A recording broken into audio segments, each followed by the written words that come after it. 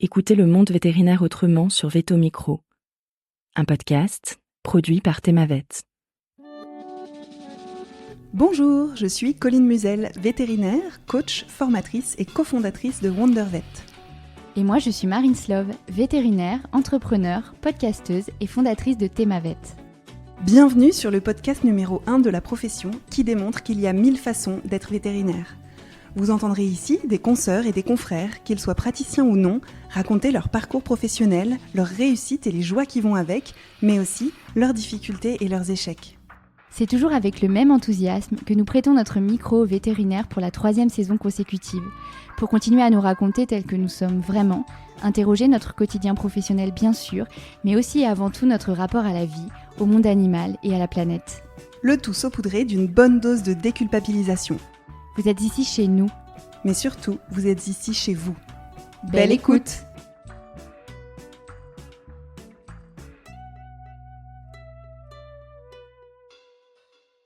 Bonjour à toutes et à tous. Aujourd'hui, j'ai le plaisir d'accueillir notre consoeur Alexandra Briand-Marchal. Bonjour Alexandra, bienvenue sur Veto Micro. Bonjour Marine, merci pour l'invitation. Alexandra, t'es sortie de Toulouse en 2001 après une classe préparatoire en région parisienne. Un parcours que tu qualifies de classique et linéaire.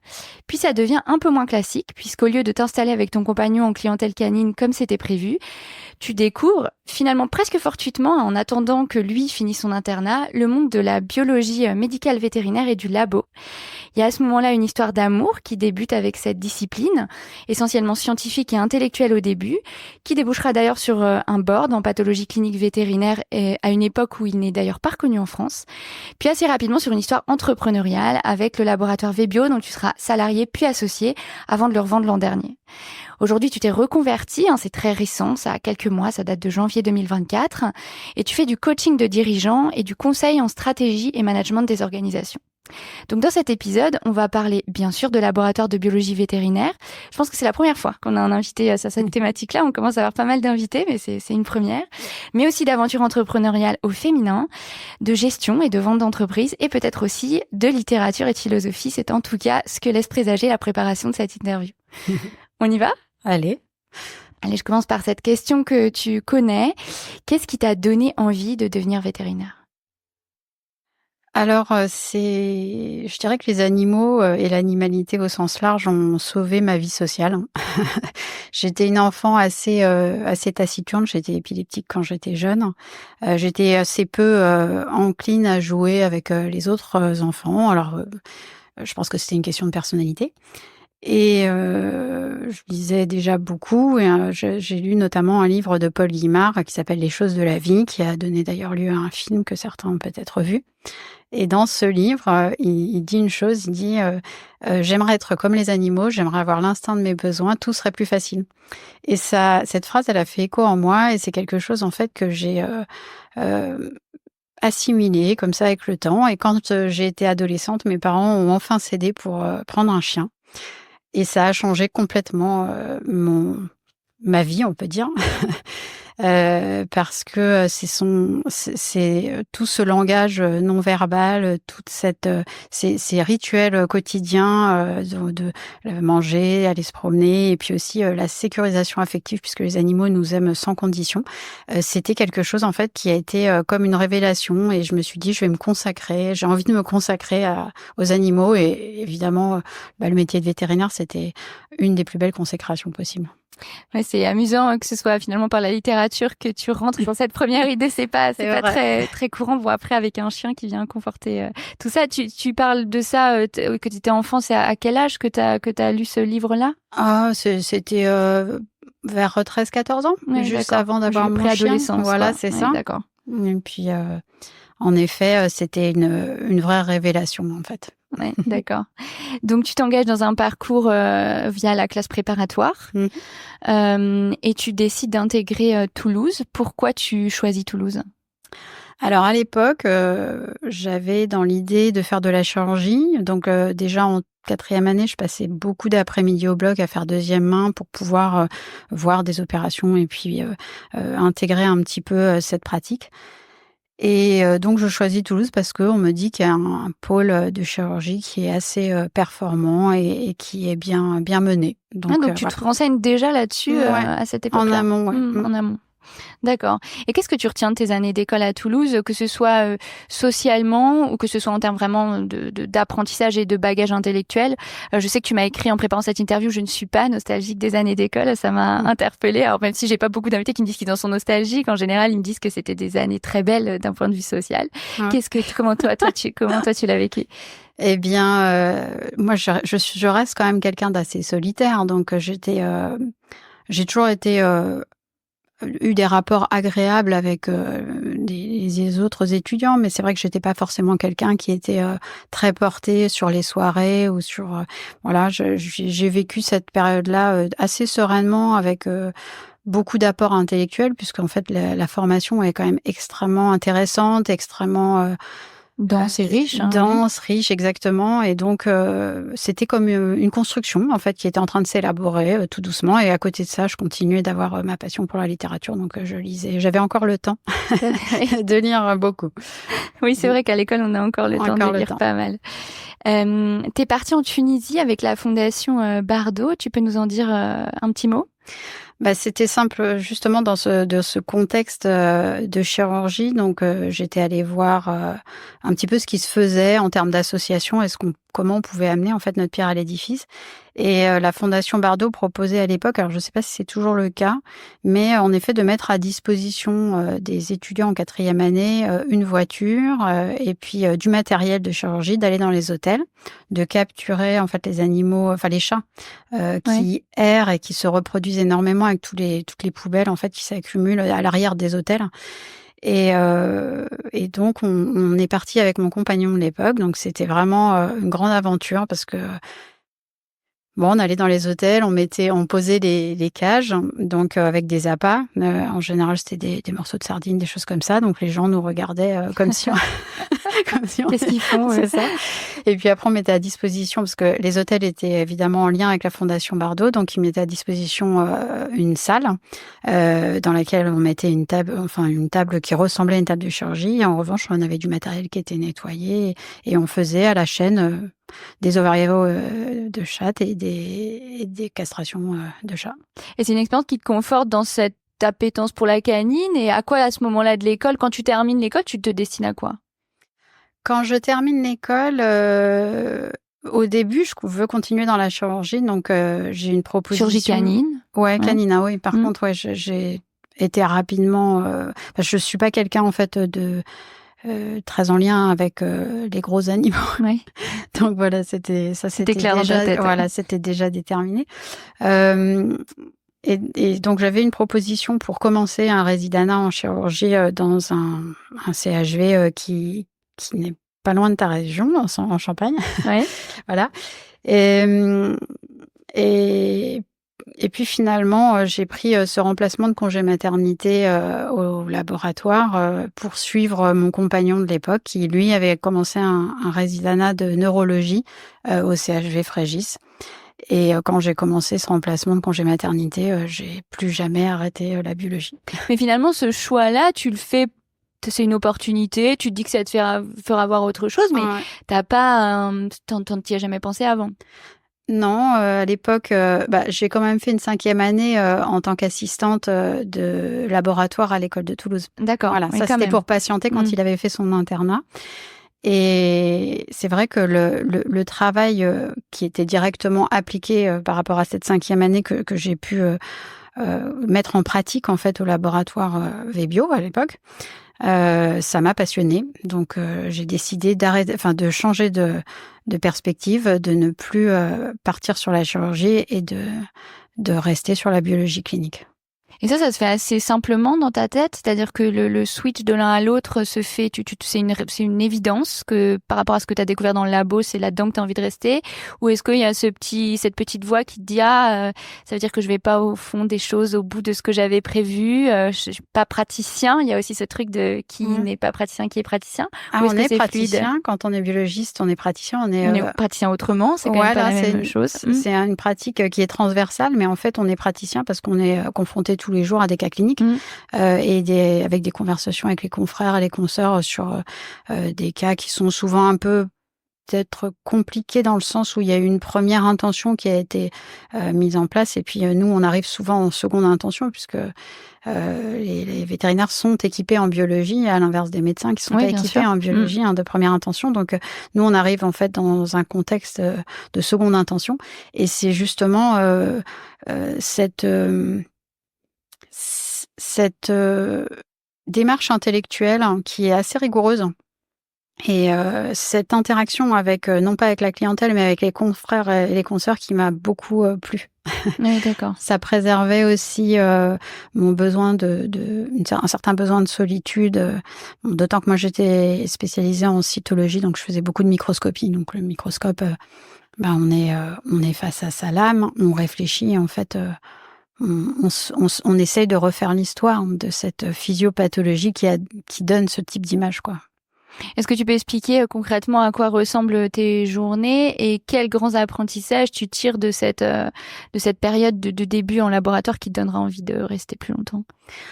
Alors au début, je n'ai pas du tout à gérer le laboratoire sur le plan comptable, communication. Enfin, je fais exclusivement la partie scientifique. Pas de gestion, t'as pas de management. C'est ça. Donc en plus, on est à l'époque, on est très peu nombreux. Donc il y a quelques techniciens. Moi, je fais la partie technique. Je suis technicienne sur la partie hématologie et cytologie. Donc je fais en gros, je récupère le sang, je le passe dans les automates, je fais les cytocentrifugations. Ensuite, je fais les coloration.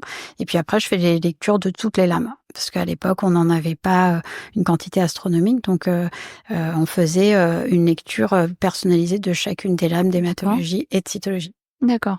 Voilà. Et après, tu renvoies un compte-rendu c'est ça, au ensuite, vétérinaire. Exactement. Et puis, la plupart du temps, on a des appels pour avoir des éclaircissements, pour pouvoir discuter d'autres valeurs qui ont été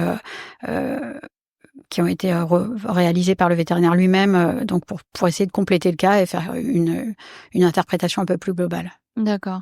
Et comment tu évolues au fil des différentes années au sein de ce laboratoire ? Alors, pendant 8 ans, donc je garde ce côté exclusivement technique et puis je commence à avoir des propositions des concurrents. Donc, mon ex-associé... Alors, pardon, pendant ces 8 ans, il y a cette histoire de board quand même que tu...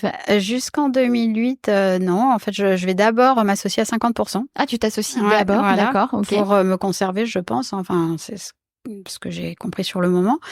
Et à la suite de quoi, justement, donc je deviens libérale et je commence un résidanat en biologie clinique. Donc internat, résidanat. Internat d'1 an, résidanat de 3 ans. D'accord. Qui se passe où ? Comment ? Au laboratoire, en même temps que ma pratique quotidienne. Donc c'est une densité extrêmement importante d'informations, puisque en fait, il faut réussir à gérer à la fois sa formation et son travail. Sachant qu'à ce moment-là, tu es déjà associée, est-ce que là, à ce moment-là, tu as déjà de la gestion ? Non, parce qu'on s'était répartis quand on était 2 associés. Elle, donc mon ex-associé continuait à gérer justement tout ce qui était comptable, tout ce qui était non scientifique en général, et moi je m'occupais du développement scientifique et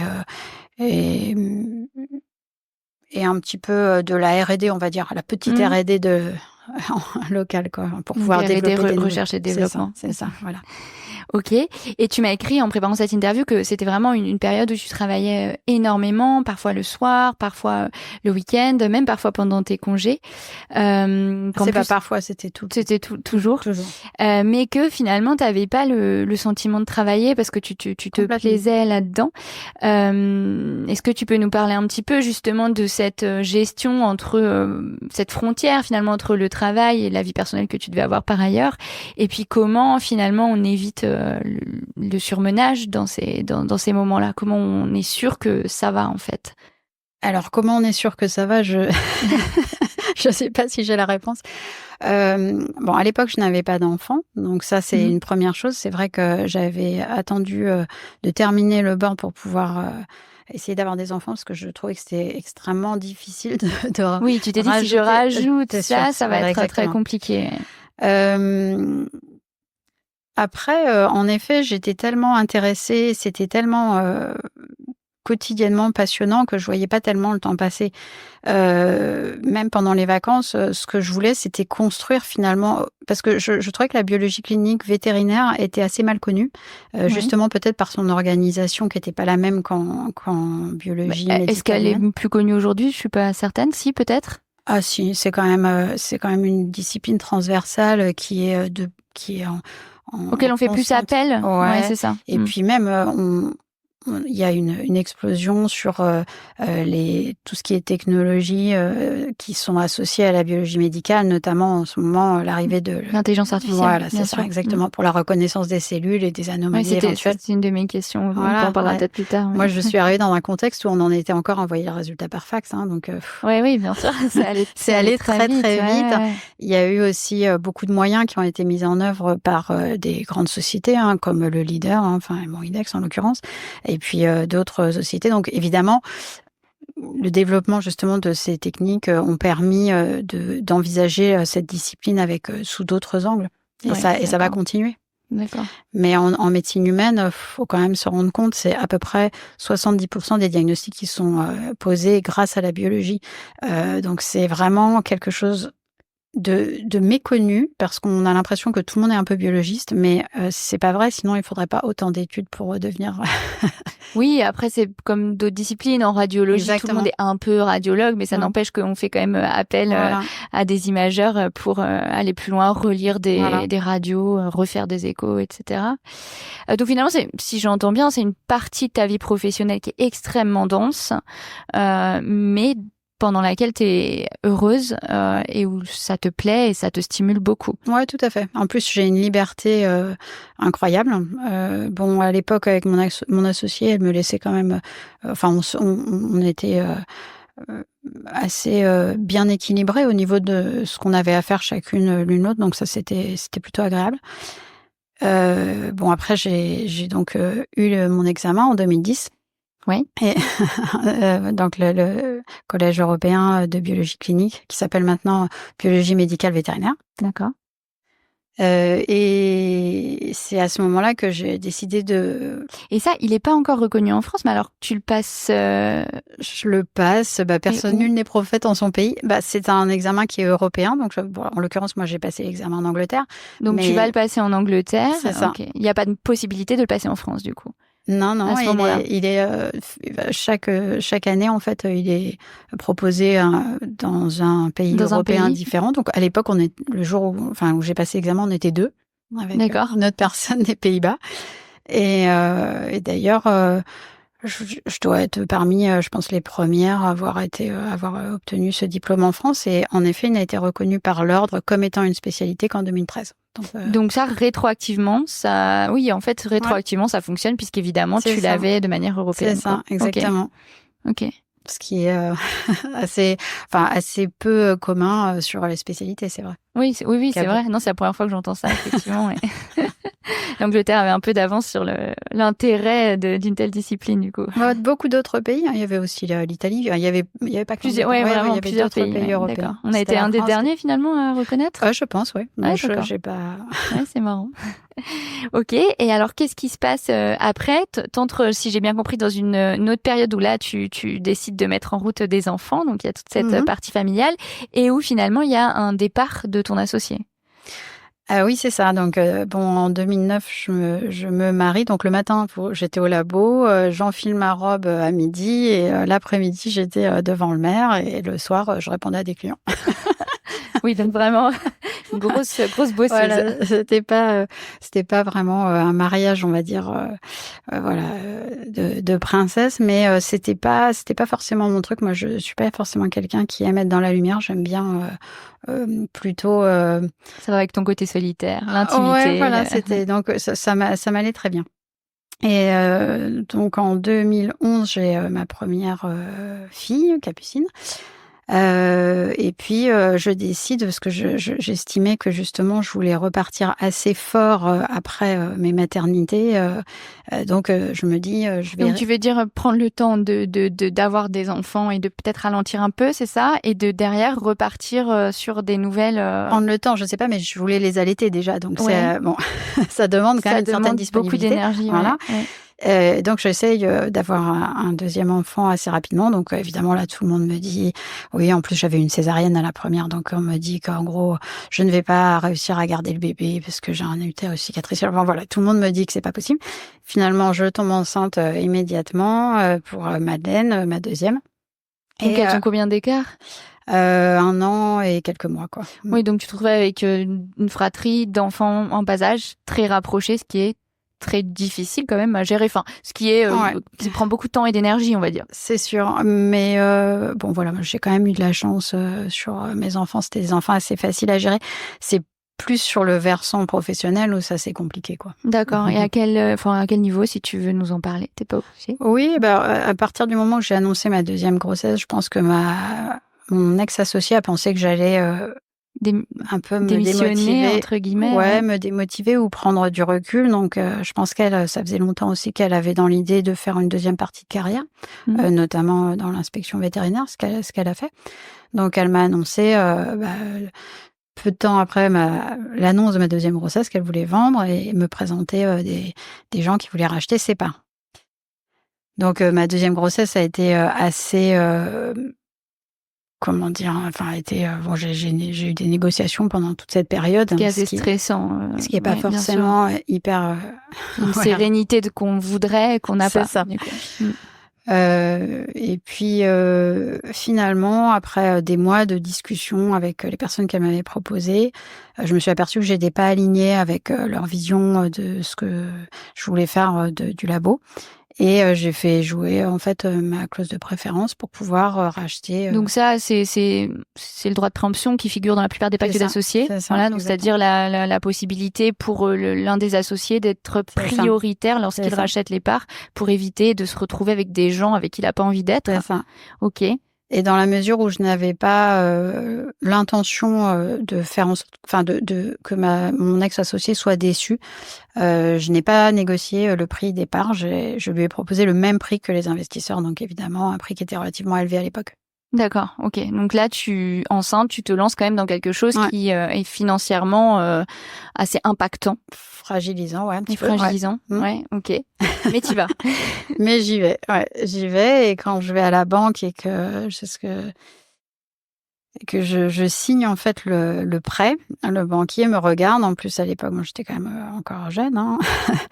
Il me dit, vous êtes un peu inconsciente. Et là, je regarde et je lui dis, je pense que c'est vous qui êtes inconscient, parce que si vous n'avez pas confiance en moi, pourquoi vous me prêtez une telle somme ?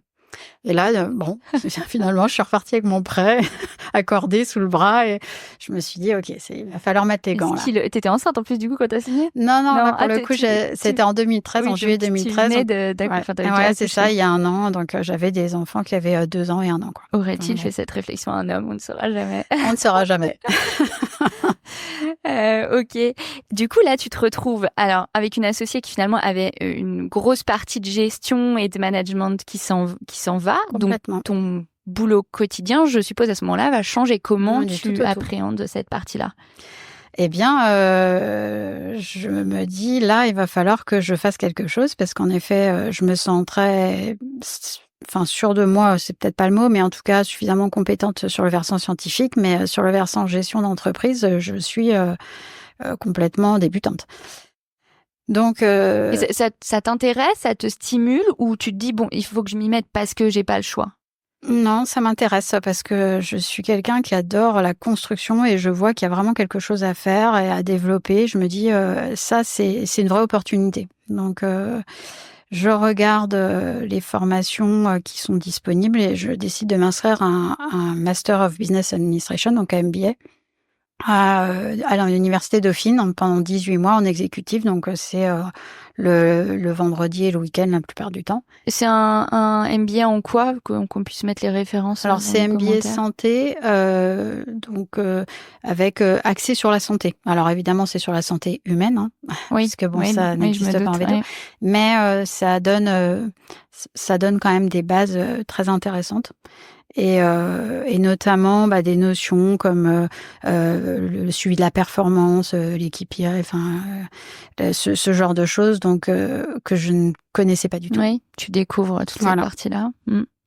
Donc ça se passe comment concrètement par rapport à tes journées? Comment tu gères ton quotidien au labo plus ce MBA? Alors, je prends une deuxième nounou, donc j'ai 2 nounous en Première chose. rotation. Oui, parce qu'il y a 2 enfants, on rappelle, il y a C'est 2 ça. enfants rapprochés en bas âge à la maison. C'est ça. Donc, j'ai 2 nounous en rotation sur 70 heures, donc 2 fois 35 heures. Je pars le matin, il doit être entre 5 heures et 5 heures et demie. Je fais toute la partie administrative, en fait, très tôt le matin, avant que les techniciens n'arrivent et les secrétaires et qu'on reçoive les colis du jour, puisqu'on recevait les colis des vétérinaires tous les matins. Et puis après, je fais la partie scientifique toute l'après-midi. Ensuite, je viens libérer le soir la deuxième nounou et je couche mes enfants après et je reprends la signature des dossiers et les réponses aux vétérinaires dans une deuxième partie. Donc c'est vrai que c'est assez Une période un peu, c'est ça, très dense, quoi. Qui dure combien de temps? qui dure jusqu'en 2015-2016.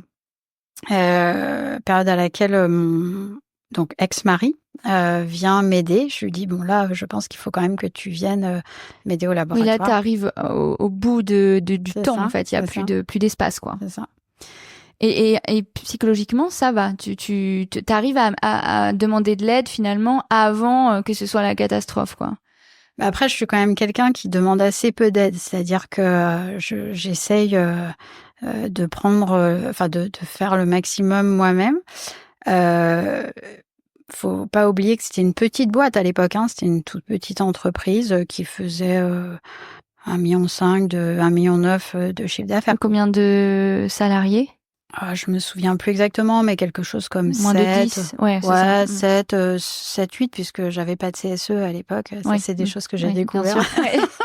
Quand on grandit. Les étapes des entreprises qui Exactement. grandissent. Voilà.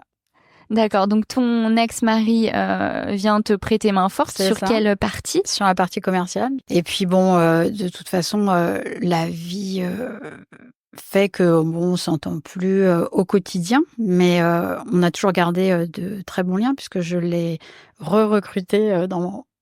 Même après avoir Ouais. divorcé. Après avoir divorcé récemment, je l'ai re-recruté pour la nouvelle entité. Oui, on peut tout à fait ne Voilà. plus avoir envie de vivre ensemble C'est et ça, effectivement exactement. travailler très bien ensemble Exactement. et continuer à avoir des très bonnes relations. On est complémentaires, mais dans la vie de tous les jours, on n'est pas sur les mêmes, sur le même registre. Donc, mais on a gardé des très bons contacts. Et donc, il vient m'aider et c'est vrai qu'on développe beaucoup le laboratoire à cette période-là, jusqu'à ce que je divorce. Et donc tu développes le chiffre d'affaires, tu recrutes. Exactement. On est en croissance à 2 chiffres, une belle croissance à 2 chiffres pendant de toute façon jusqu'à 2022. Hein, donc. Oui, d'accord.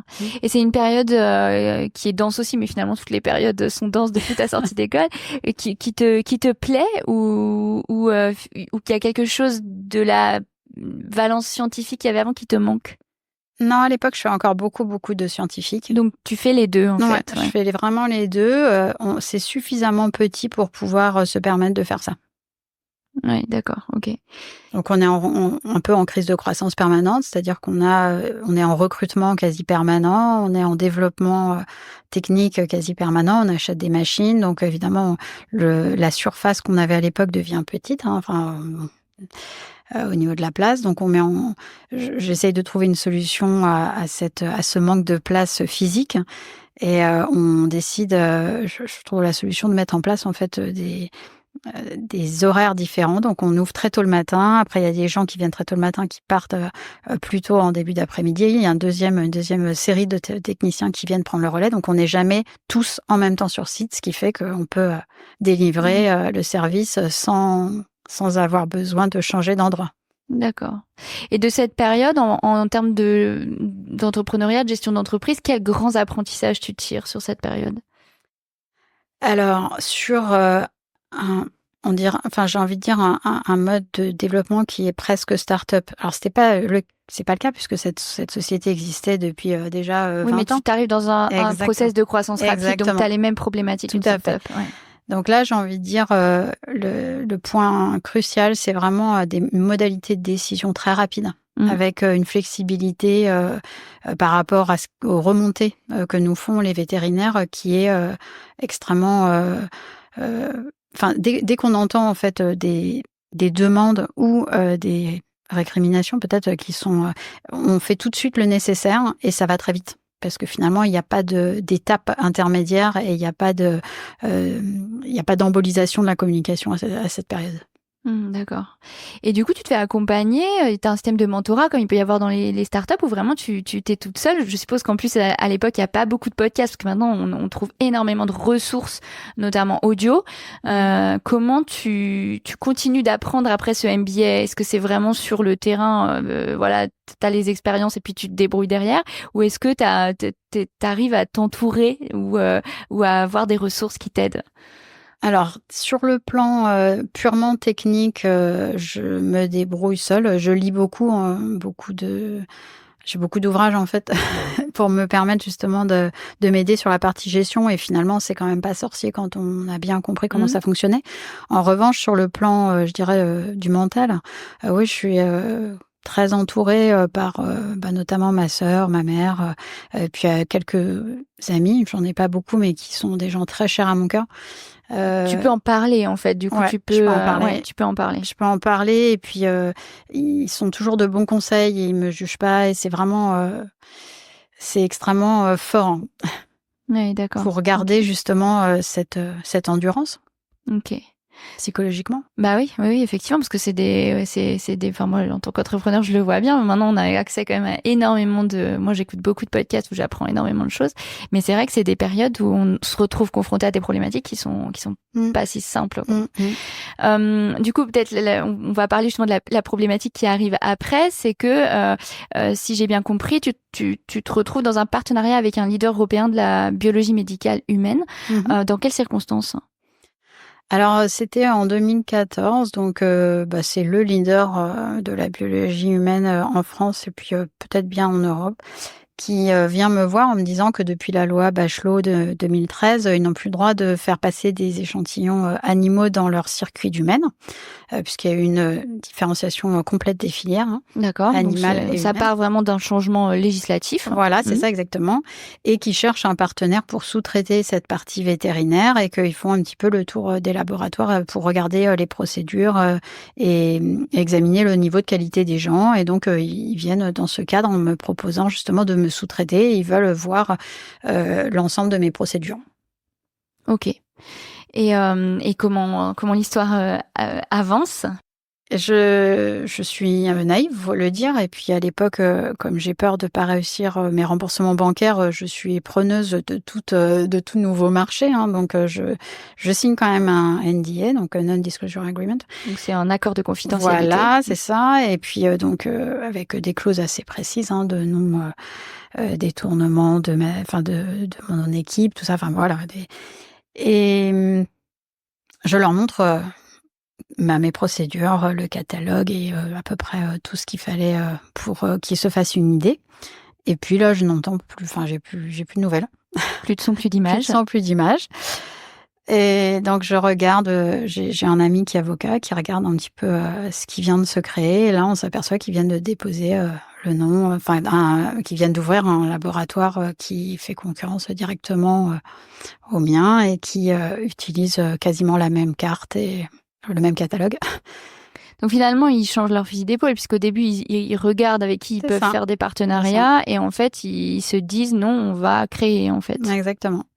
Donc, ils ont toujours laissé entendre que j'avais refusé une offre d'achat de leur part qui était trop basse, mais la réalité, c'est que je n'ai jamais reçu cette offre, donc je ne peux pas avoir refusé quelque chose que tu n'as pas reçu. Oui. D'accord. Voilà. Bon, c'est la vie. Et c'est à ce moment-là que je décide donc de contacter l'ordre. D'accord. Et je leur demande de ce que je dois faire. Oui, donc finalement, l'ordre s'occupe aussi de toutes ces parties-là qui concernent les laboratoires vétérinaires, en fait. Moi, je ne savais pas trop vers qui me tourner. Oui, donc... d'accord. Donc finalement, tu passes au coup de fil en te disant je vais essayer de prendre conseil, quoi. En fait, mais ils n'ont pas vraiment l'habitude de ça, si ? Là, en l'occurrence, c'était quand même un respect du périmètre du monopole vétérinaire, puisque ils avaient bien sûr. créé une société qui n'était finalement dirigée par aucun vétérinaire et qui avait des fonds qui n'étaient pas des fonds vétérinaires.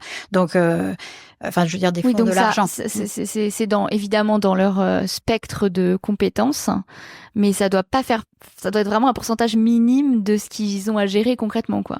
Par rapport à ce que je veux dire, c'est que leur quotidien de problématiques quand ils sont contactés par des vétérinaires, c'est souvent pas sur ce sujet-là. Voilà, c'est ça que je veux dire. C'est assez marginal comme demande, quoi. Et puis je pense qu'ils avaient mal fait leur étude réglementaire parce qu'ils se sont pas posé la question de savoir si en effet il y avait un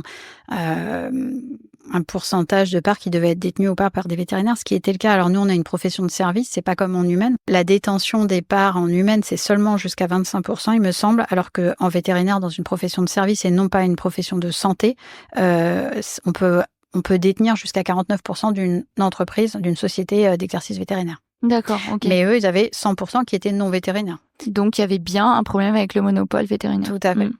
Donc, moi, je contacte l'ordre. L'ordre me dit, Alexandra, il ne faut pas aller au pénal. C'est nous qui allons y aller. Toi, tu dois aller au tribunal de commerce pour ce qu'ils ont fait sur la rupture de l'accord de confidentialité, tout ça. Donc, moi, je fais ce qu'on me dit. Je prends un avocat et puis je m'engage dans une procédure qui finalement va durer comme souvent, voilà, des années et sur lequel j'ai quand même essuyé pas mal de difficultés, quoi.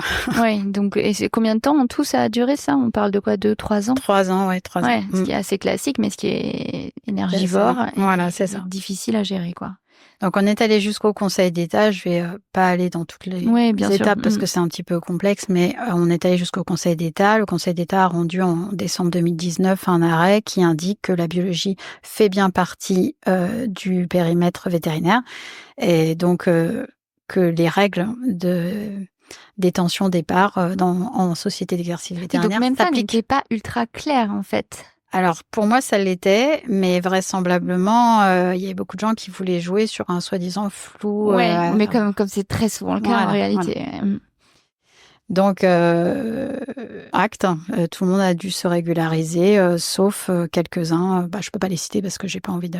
Mais voilà, il y a quand même toujours... Et ça fait jurisprudence, c'est-à-dire qu'après, une fois que ça a été décrété une fois, est-ce que ça s'applique Alors, normalement, ça doit faire jurisprudence, oui, puisque c'est pas, c'est pas discrétionnaire. Ça fait de jurisprudence parce qu'il y a déjà un jugement qui a été rendu sur ce sujet-là. Voilà, c'est pas aux instances, ni à qui que ce soit, ni au syndicat, ni à l'ordre d'indiquer si ça fait ou pas jurisprudence. Okay.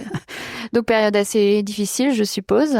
Ouais, très difficile. Ouais. Et finalement, on en arrive à cette vente. Mais il y a toute une partie avec les congés mat de tes salariés et qui débouche finalement sur cette session. Est-ce que tu peux nous expliquer comment cette nouvelle étape de la vie au laboratoire s'est menée? Ouais, alors ça a été même un enchaînement un petit peu après donc les procédures judiciaires qui étaient quand même assez chronophages et aussi stressantes et finalement assez complexes psychologiquement à gérer. J'avais donc divorcé, je me remets avec quelqu'un qui en plus était plus jeune que moi et puis cette personne au bout d'1 an et demi où pour le coup j'avais retrouvé un équilibre. Oui, un équilibre pro-perso qui était positif. Exactement, très positif. Il se met à tousser et puis en fait il avait un carcinome déjà métastasé et il est décédé en 2019. Donc là en l'occurrence une période très très dure d'un point de vue personnel. Je venais en plus rajouter à cette période de procédure judiciaire des journées passées à Curie pour l'accompagner sur les chimios, les choses comme ça. Et puis, beaucoup de questionnements existentiels qui se greffent là-dessus, puisque c'est vrai que c'est des périodes où on a un fort sentiment d'impuissance. Hein. Oui. C'est très dur de voir quelqu'un de jeune comme ça. Et puis...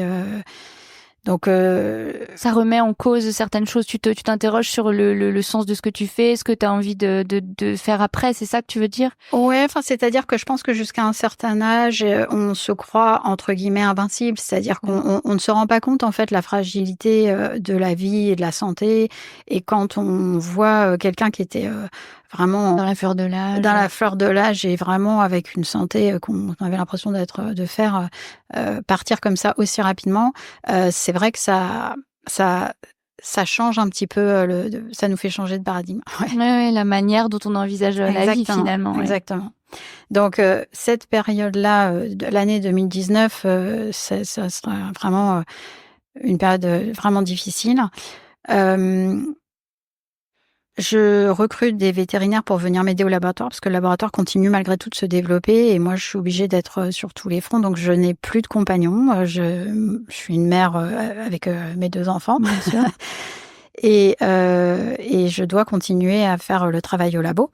Donc je recrute des gens et là c'est vrai que les choses se font aussi de leur côté, c'est-à-dire que j'en ai une que à peine on a terminé de former, voilà, elle a elle-même des enfants, une grossesse gémellaire, donc c'est quand même assez long pour des salariés. Donc je me dis bon, c'est pas grave, de toute façon c'était la période en plus de la Covid en plus par-dessus le marché. C'est ça, donc qui vient rajouter c'est une grande confusion, il faut être honnête, quoi. Il y avait beaucoup de confusion à la fois du gouvernement et puis de nos tutelles. Personne ne savait trop comment faire. Il y avait des directives de partout, il fallait suivre. Donc moi j'ai été appelée pour faire des PCR en humaine alors que j'avais pas d'agrément pour ça, donc j'avais refusé. Enfin, c'était beaucoup de confusion. Moi, en plus, une partie de mes salariés avaient peur de tomber malade, donc on demandait à être mis au chômage technique. Enfin, à l'époque, on avait cette possibilité. Donc je me suis retrouvée à faire le travail de pas mal de gens. Alors j'ai aussi une équipe qui a été géniale, des techniciens qui ont été géniaux, qui ont assumé leur poste et qui ont été inébranlables et qui m'ont pas lâché. Donc ça, je leur en saurai toute ma vie. J'ai vraiment adoré mon équipe à cette période. Ouais. Mon équipe de techniciens. Ça met une autre ambiance, les gens sont soudés différemment. Ouais, exactement. On découvre des personnalités. Exactement. Presque, ouais. Moi, je savais qu'il y en avait quelques-uns qui étaient vraiment fidèles, mais là, c'était... je me souviendrai de ça toute ma vie, on peut le dire.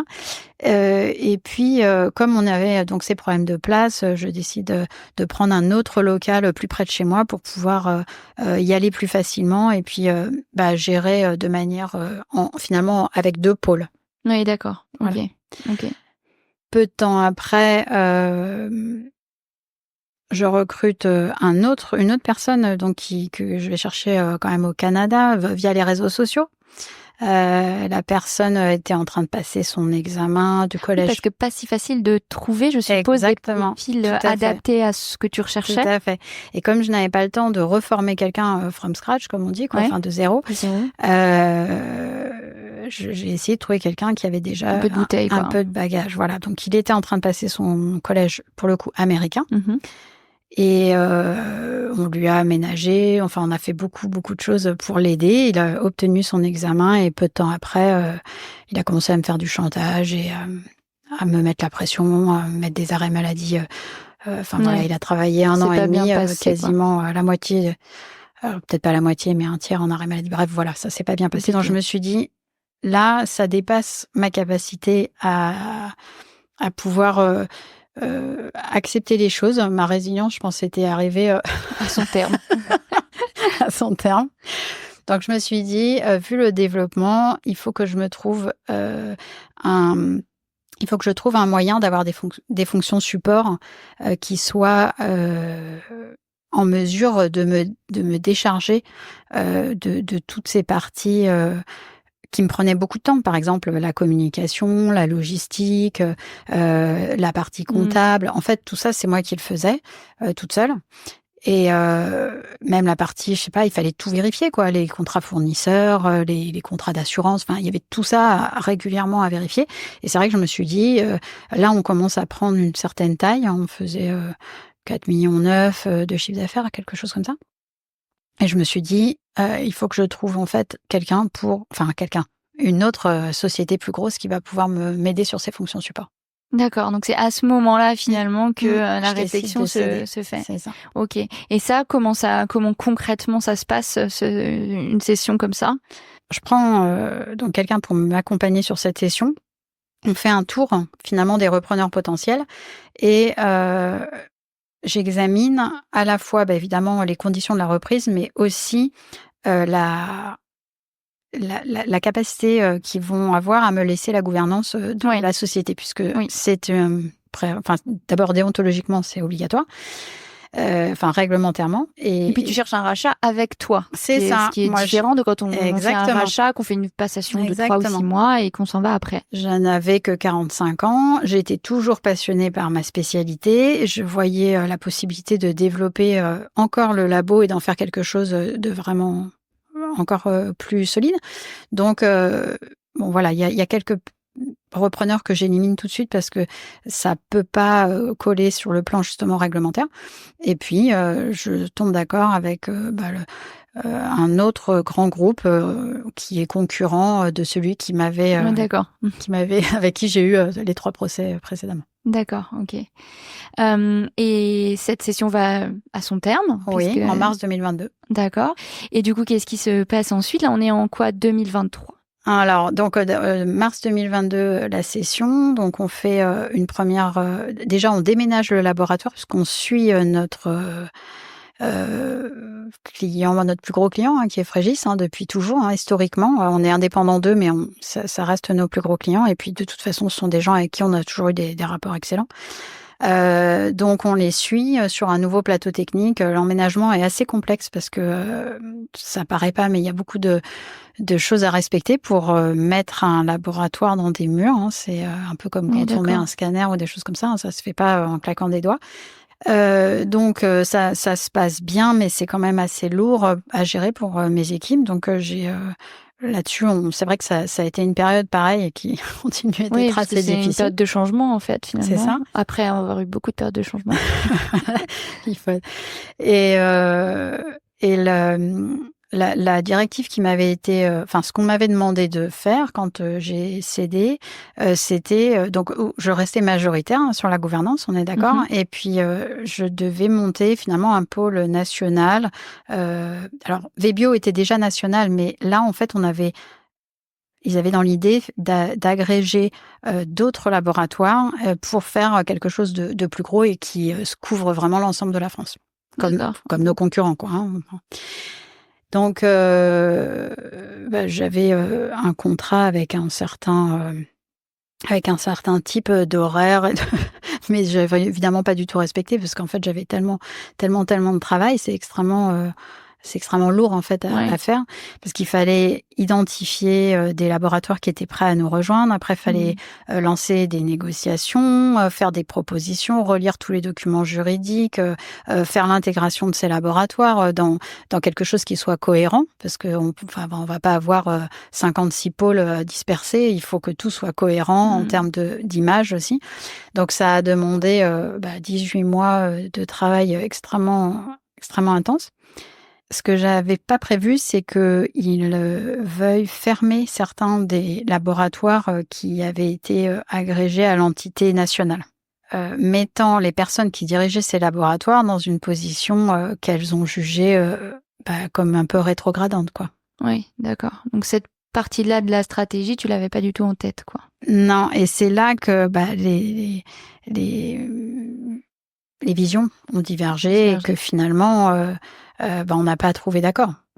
D'accord. Et donc, c'est finalement là que toi, tu es partie de ton propre chef. Alors non, je suis pas partie de mon propre chef.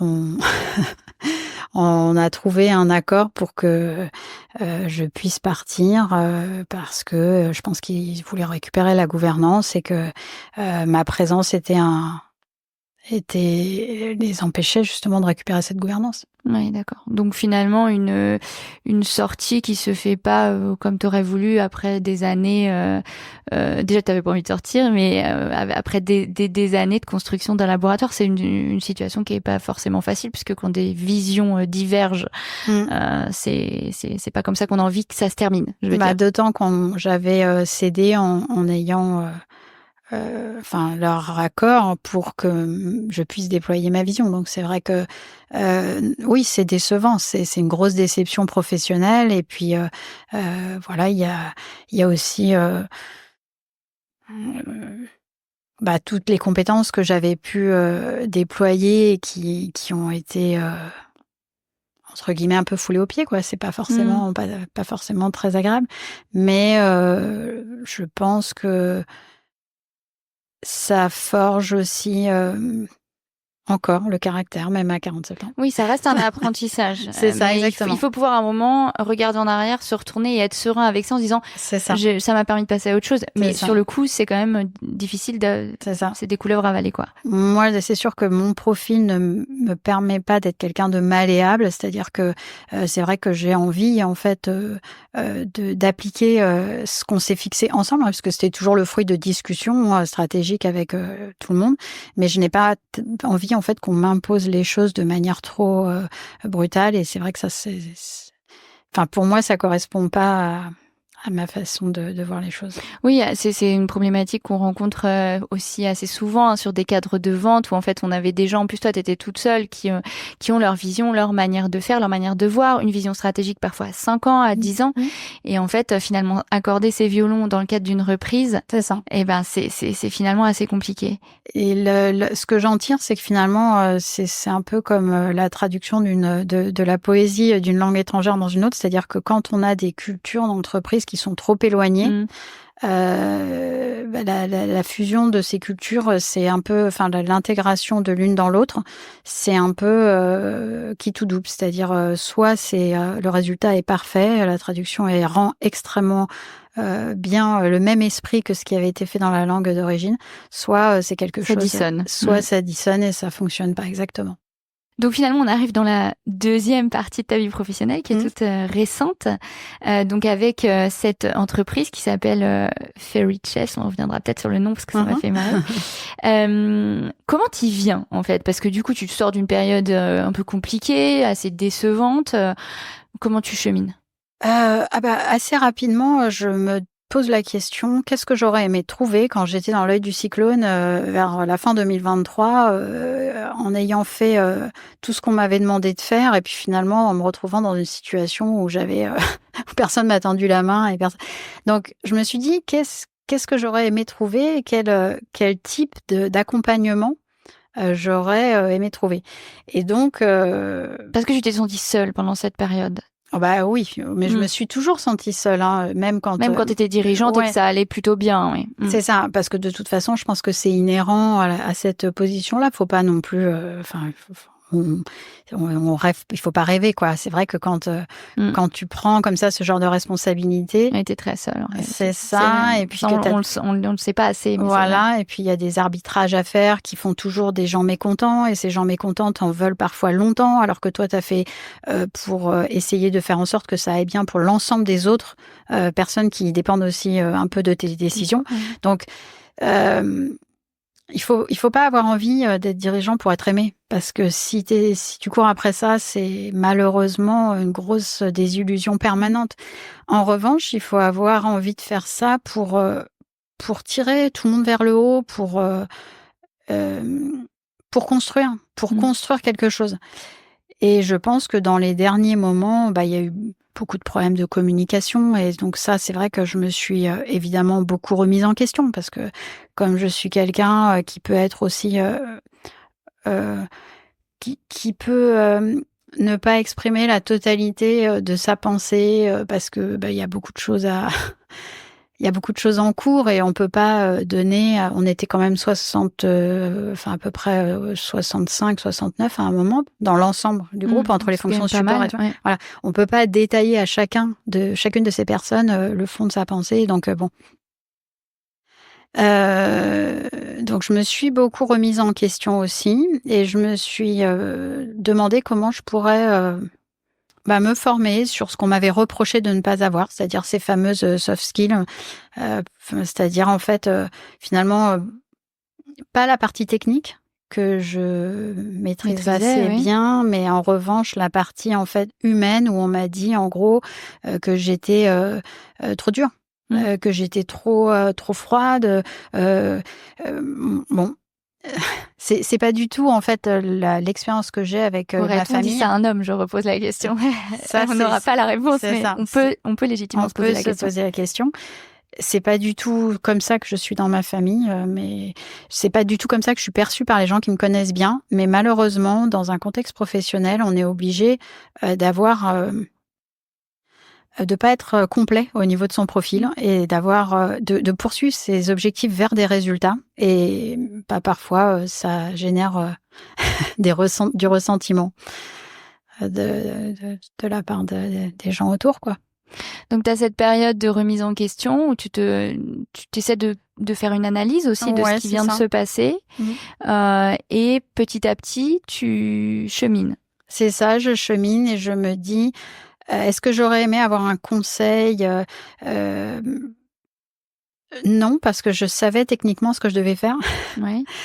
Est-ce que j'aurais aimé avoir un psy? Non plus, parce que j'allais bien finalement dans ma tête. Je me sentais bien, en fait. J'avais pas de difficultés de ce côté-là. Donc, petit à petit, je lis des choses. Moi, je suis abonnée à Harvard Business Review, que j'adore. C'est une revue que j'adore. Je trouve que c'est hyper progressiste sur la manière, en fait, d'envisager l'entreprise. Et progressivement, je me dis... c'est le coaching, l'approche en fait coaching qui va me permettre de faire le lien entre ces deux casquettes, la partie justement technique scientifique et la partie gestion. Et puis c'est aussi celle-là qui va m'apporter cette façon d'articuler en fait une stratégie autour d'une vision et puis d'aider les gens à traverser la même chose que ce que j'ai vécu, mais mieux. Ok, donc là, ça part d'un constat, d'une idée. Comment tu la mets en pratique? Alors, je cherche, comme la première fois avec mon MBA, je cherche sur Internet des formations qui pourraient correspondre à ce dont j'avais besoin et que j'ai pas trouvé. Donc, une formation à l'école Polytechnique Executive Education sur la gestion du changement, parce que aujourd'hui, il y a beaucoup d'entreprises en fait qui sont dans des périodes de changement permanent et qui se retrouvent à ne pas savoir gérer le changement, mais le changement, ça se prépare. C'est-à-dire que moi, j'ai eu le sentiment d'avoir été projetée dans quelque chose d'un peu de très complexe et d'un peu mal préparé en quelque sorte, et de pas avoir eu les éléments suffisants et l'aide appropriée pour ça. Donc je fais cette formation qui me passionne. Je rencontre des gens extrêmement intéressants avec des parcours assez divers et qui enrichissent encore une fois. C'est des gens qui ont déjà eu un parcours professionnel. Oui, c'est des gens qui ont tous entre 45 et 50 ans à peu près. Ça se passe très bien. J'ai été l'ambassadrice de la promo suivante, donc ça c'est vraiment... c'était vraiment une bonne expérience. Et puis j'enchaîne avec un master... Initialement, c'était plus sur le management que je voulais le faire. Et puis maintenant, je me suis plus finalement focalisée sur la partie coaching. Donc, c'est un master en management et coaching avec les options exécutives, c'est-à-dire dirigeant, et organisation. D'accord. J'ai pas pris la gestion équipe parce que je pense que ça correspond moins à mon profil. Moi, ce que j'aime, c'est coacher en B2B, en quelque sorte, des dirigeants et leur donner vraiment le meilleur de ce que j'ai pu concentrer dans mes formations et de mes expériences. Et puis aussi l'organisation, parce que finalement, le coaching en organisation, c'est de la construction. Et moi, j'adore la construction. C'est vraiment c'est presque ce qui définit ma vie. C'est-à-dire que j'aime mettre des briques de manière cohérente les unes derrière les autres pour pouvoir construire quelque chose qui ressemble et qui soit solide. Ouais, d'accord, ok. J'aime pas les one-shots, j'aime pas... Oui, t'aimes que de voir des résultats sur le long terme. Absolument. Une forme de pérennité qui s'instaure. Ok, très clair. Donc, tu fais des formations et la deuxième n'est pas finie, je crois. C'est ça, elle se termine là, voilà. En fin de cette année. Et tu t'installes en tant que coach de dirigeant. Tu peux nous expliquer en quoi ça consiste, ce métier-là? Oui, alors le coaching, c'est un accompagnement guidé. C'est-à-dire que évidemment, c'est pas comme le conseil où on nous fait des propositions précises et qu'on prend ou pas. Oui, c'est pas comme un audit qui donne lieu à des recommandations. Tout à fait. Il y a un grand respect finalement de la personnalité du dirigeant. On ne force pas sa nature, on ne force pas son écologie. En revanche, on va l'aider à vraiment le terme qu'il faut retenir, c'est vraiment prendre conscience. On ne se rend pas compte que quand on ne verbalise pas les choses, on ne prend pas correctement conscience des décisions qu'on a à prendre ou des choix qu'on va faire. Donc la prise de conscience, c'est fondamental, et c'est avec un coach, en posant des questions, mais aussi en faisant, parce que moi je fais ce qu'on appelle du blended coaching, c'est-à-dire blended, ça veut dire on mélange de la formation, du conseil et du coaching. Justement, c'est pour que ça soit le plus riche possible et pour qu'on en sorte en étant grandi. Donc on va amener la personne à prendre conscience de ce qui la bloque. Et puis, on va après passer sur une phase qu'on appelle de responsabilisation. Donc, la responsabilisation, c'est pas la responsabilité. La responsabilité, c'est culpabilisant. La responsabilisation, c'est comment je peux influencer au maximum les événements pour aller dans le sens de ce que je souhaite. Quand on est face à une décision ou face à des événements, à des situations qui ne dépendent pas uniquement de nous, on va avoir une capacité plus ou moins grande à influencer le résultat final. Et le coaching, c'est justement ne jamais baisser les bras et influencer au plus loin possible la situation pour obtenir le résultat le plus proche de ce qu'on attend. Et ça, l'accompagnement est vraiment extrêmement fort pour permettre à la personne justement d'aller le plus loin possible. D'accord. Et t'officies dans quel secteur? Est-ce que t'es plus sur le secteur privé de la santé, ou c'est plutôt élargi, d'ailleurs, santé animale ou pas? Ou est-ce que tu travailles aussi dans le secteur vétérinaire, sur la partie, secteur libéral, je parle? Alors, moi, je me concentre surtout sur les petites entreprises. Donc, j'aime bien tout ce qui est start-up, TPE, éventuellement PME. Je suis pas trop, en fait, sur tout ce qui est grand groupe. Là, en l'occurrence, on était censé avoir un coaching pour valider. Moi, j'en ai 7 parce qu'on m'a envoyé beaucoup de gens. Enfin, en l'occurrence, ce sont que des femmes qui ont des postes de direction. Alors, ça peut être des postes de direction dans des grands groupes, mais avec un périmètre en fait qui est assez précis et défini pour elles. Donc je les accompagne parce qu'elles sont confrontées assez souvent aux mêmes difficultés que celles que j'ai pu rencontrer. C'est un hasard que ce soit des femmes, ou tu penses que les femmes ont plus besoin de cet accompagnement parce qu'elles se heurtent à plus de difficultés? Alors, je sais pas si les femmes femmes ont une appétence. Ouais, je pense qu'elles se remettent beaucoup plus en question, et que c'est qu'elles ont aussi beaucoup plus. Alors, je suis désolée pour les hommes, mais elles sont plus perfectionnistes, elles ont envie de bien faire, et quand elles reçoivent des signaux complètement dissonants en milieu professionnel entre leur envie de bien faire et ce qu'on leur renvoie, ça crée, c'est une manière entre guillemets c'est une image, mais de rendre les gens fous, c'est-à-dire que ça crée une distorsion qui est extrêmement inconfortable. C'est ça, exactement. Et comme les femmes ont plus envie de verbaliser les difficultés qu'elles rencontrent, elles sont plus à même en fait de se tourner vers le coaching. Exactement. Donc c'est pas un hasard si tu te retrouves avec 7 femmes dirigeantes. Non, c'est ça. Et je pense aussi que mon parcours et aussi mon positionnement féministe, faut le dire, modéré, c'est certes, un gros mais mot. Pas à mon micro en tout cas. Voilà. Non, mais aujourd'hui, il y a beaucoup de gens qui sont dénigrants par rapport à ce mot. Moi, dans le féminisme, je vois surtout une façon de s'affranchir, de gagner sa liberté. En fait, de gagner sa liberté, que ce soit matériel, que ce soit intellectuel, et c'est quelque chose qui m'est très cher.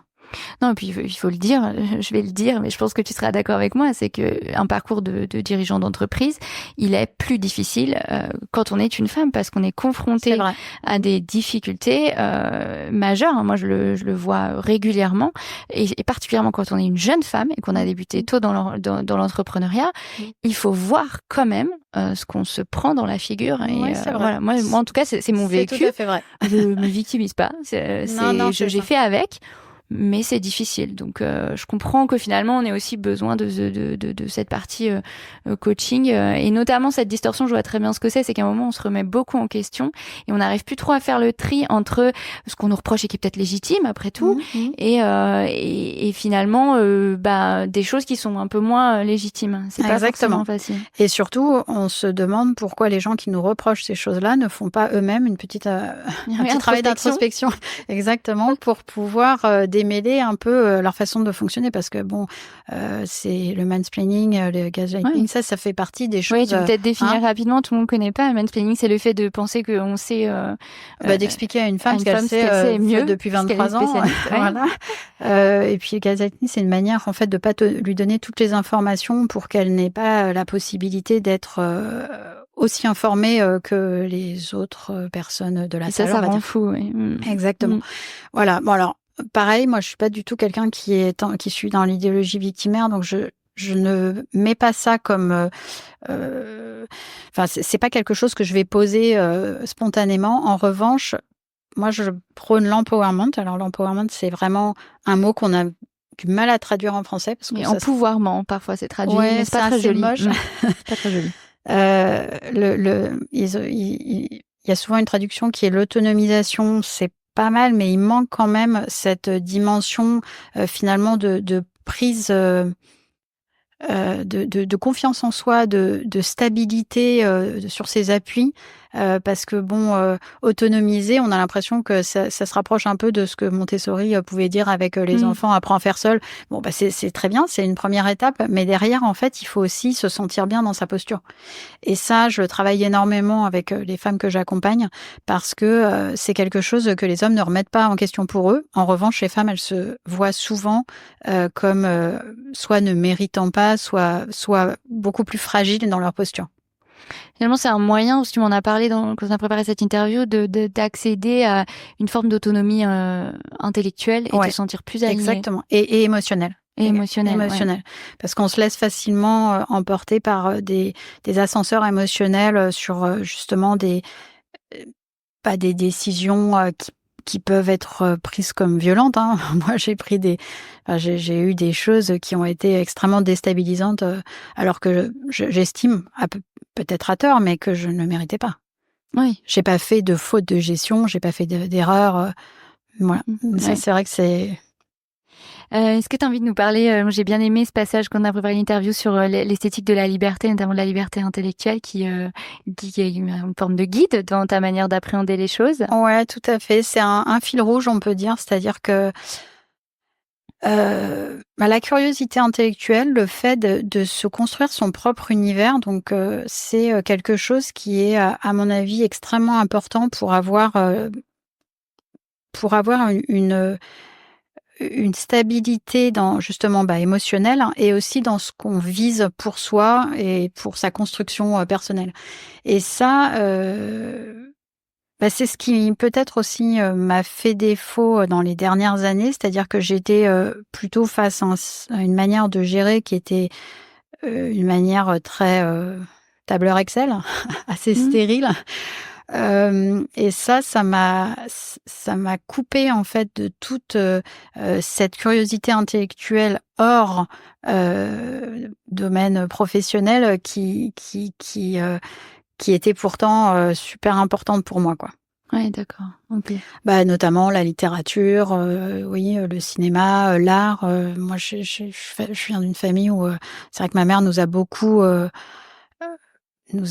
appris là-dessus, le design, l'architecture. Enfin, elle était très axée sur ce genre de choses. Donc, Et finalement, de se rouvrir à ces sujets-là, ça nourrit aussi le dirigeant ou le chef d'entreprise qu'on est. Ouais, ce que disait Nietzsche, il disait on a l'art pour pas mourir de la vérité, mais c'est vrai parce que si on était obligé de se confronter tout le temps à la vérité, à la réalité qui est quand même parfois un peu décevante, ça nous permettrait pas d'aller plus loin. L'art, ça nous permet de transcender ça. Tout à fait. Et c'est marrant parce que cette partie-là qu'on a préparée en amont, moi, ça m'a fait penser à un livre que j'ai lu récemment. Je sais pas si tu l'as lu, qui s'appelle Choisir, sa liberté, de Fernando Savater, qui est un Espagnol. Et en fait, c'est un livre qui est un peu sur une anthropologie de la liberté humaine, ce dont tu as pas mal parlé, qui est très antidéterminisme et qui parle d'action et de choix. Et en fait, il explique que l'être humain est curieux, c'est ce que tu dis, et expérimentateur, en fait. de fait et qu'il se satisfait pas beaucoup d'appliquer un espèce de programme prédéterminé de sa nature, mais qu'en fait, il se satisfait de se réinventer, de s'inventer lui-même. Et ça m'a fait penser aux notions que tu évoques et même à cette notion de pensée originale que tu évoques. Et en fait, il explique que l'environnement naturel de l'être humain, en fait, c'est la société qui construit lui-même. Et moi, ça m'a énormément parlé. Et dans une période professionnelle qui est difficile dans le contexte professionnel où je suis actuellement, qui est un contexte de vente qui est pas simple, ce sera peut-être fini au moment de la diffusion de ce podcast.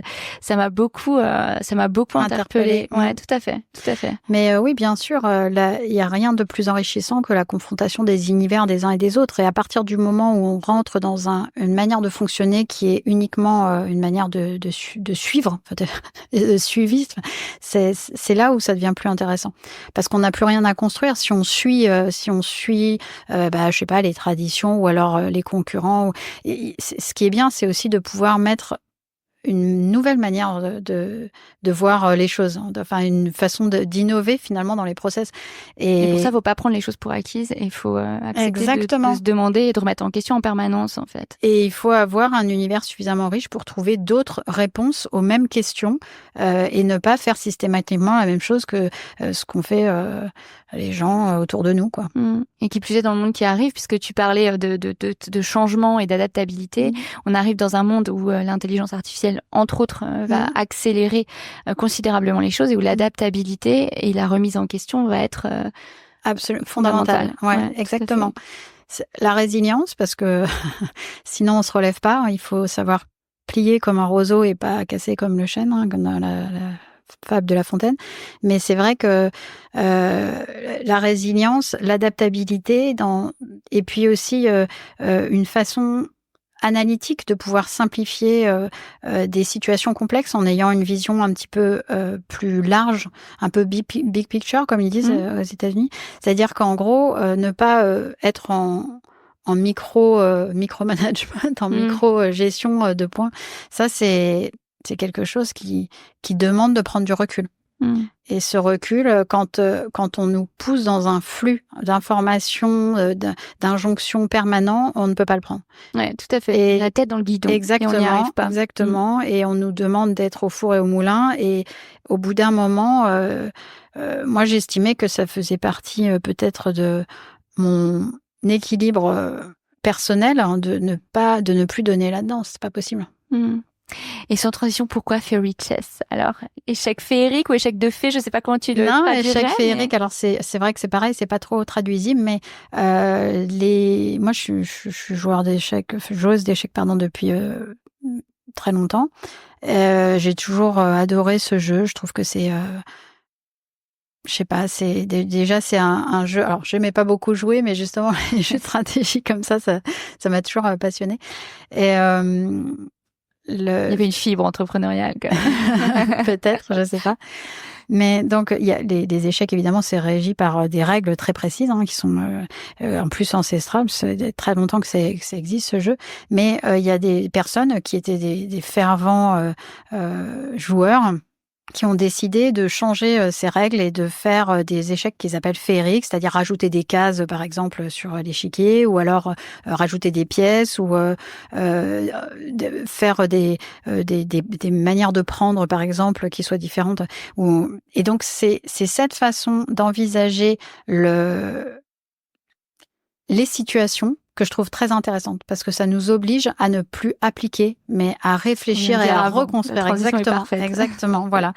Et donc ça m'a plu. Je me suis dit, très chouette. C'est une bonne image, quoi. C'est une belle métaphore de. Voilà. Au regard de ton parcours et tes expériences, qu'est-ce que tu aurais envie de dire aux jeunes vétérinaires qui nous écoutent, qui sont nombreux? Enfin, on a des vétérinaires de tous les âges, mais particulièrement des jeunes, et qui ont envie d'entreprendre. C'est la fameuse phrase de Simone Veil, mais qui a été reprise aussi par Jean-Paul II, n'ayez pas peur. Franchement, c'est quelque chose de très important. Soyez entourés par peu de gens, mais des gens importants qui vont vous donner des bons conseils, qui seront pas, qui vont pas vous vous faire vous disperser. Mais n'ayez pas peur d'entreprendre, n'ayez pas peur de vous planter parce que vous vous relèverez, ça sera encore mieux. N'ayez pas peur de pas réussir à concilier vos vies personnelles et professionnelles parce que ça dépend toujours d'une période. Mais après, tout ça, c'est un éternel un peu recommencement et les choses viennent comme elles doivent venir. Mais je trouve qu'aujourd'hui, on est trop guidé par cette peur, par cette émotion-là. On nous cantonne, en fait, en nous faisant peur de toutes les manières, quoi. Oui, d'accord. Qu'est-ce qui reste aujourd'hui de la vétérinaire praticienne que tu as été?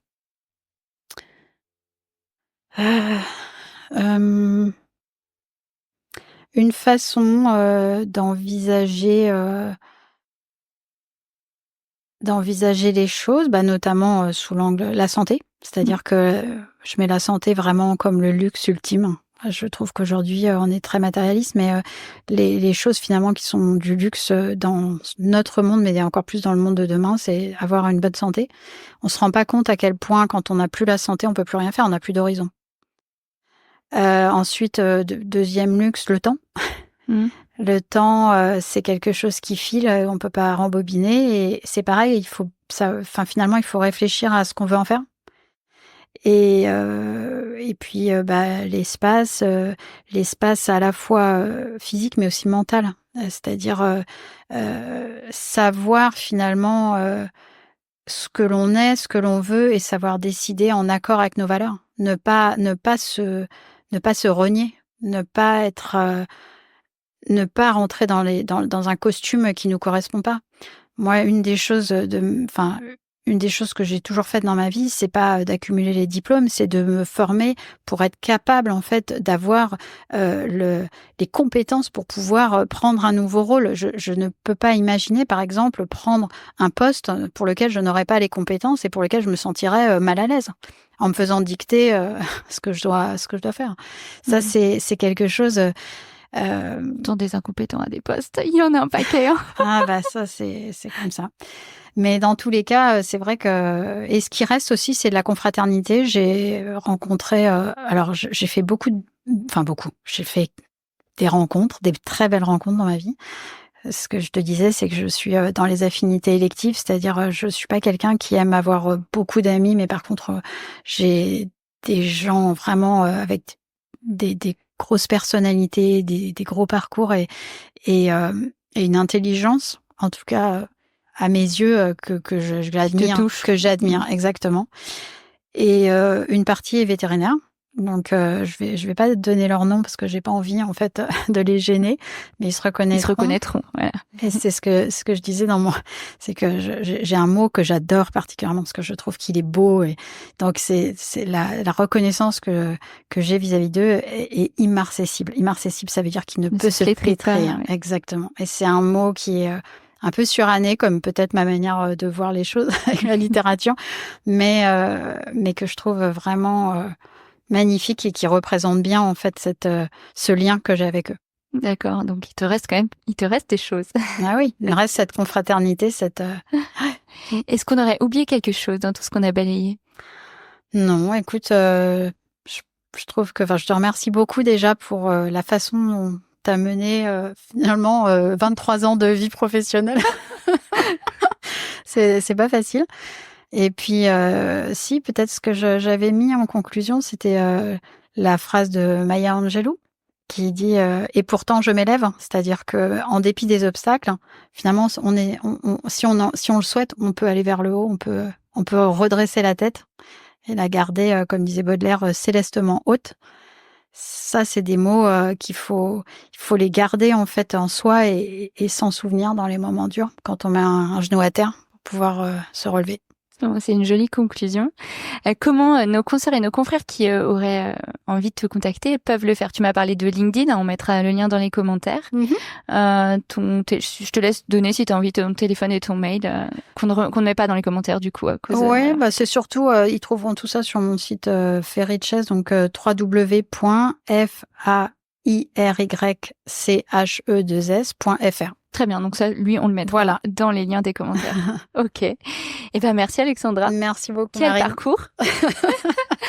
avec des grandes réussites, mais aussi semées d'embûches, donc avec un coût humain qui est parfois important. On le ressent dans ce que tu décris. Et finalement, tu nous montres qu'une vie professionnelle riche, c'est pas forcément toujours facile, qu'il y a des hauts, des bas. C'est ce que tu disais. Il faut s'adapter, se réajuster, savoir redéployer ses ressources pour atteindre ses objectifs. Et moi, je finirais par une citation de Sénèque que tu affectionnes particulièrement et que tu m'avais notée. On a eu beaucoup de citations dans cet épisode. Il n'y a pas de vent favorable pour celui qui ne sait pas où il va. Et en fait, c'est une de mes synthèses de toutes les interviews. On en est à peu près de 90 avec Sophie maintenant et Colline qui nous a rejoints. Et en fait, parcours après parcours, on se rend compte qu'on se crée soi-même les opportunités qui semblent arriver au hasard sur notre route. Mais en fait, on les crée en sortant de sa zone de confort. Tout à fait, absolument. Merci beaucoup. Merci beaucoup. Merci d'avoir écouté cet épisode de Veto Micro. Si le cœur vous en dit, partagez-le à vos amis et à vos collègues. Abonnez-vous au podcast et mettez-nous une note de 5 étoiles avec un gentil commentaire. C'est ce qui nous permet de remonter dans les classements et de donner de la voix à la profession. Si vous souhaitez participer à Veto Micro, nous suggérer des invités ou tout simplement nous écrire, faites-le sur l'adresse podcast@themavet.fr. Prenez soin de vous et à la semaine prochaine pour écouter une nouvelle façon d'être vétérinaire.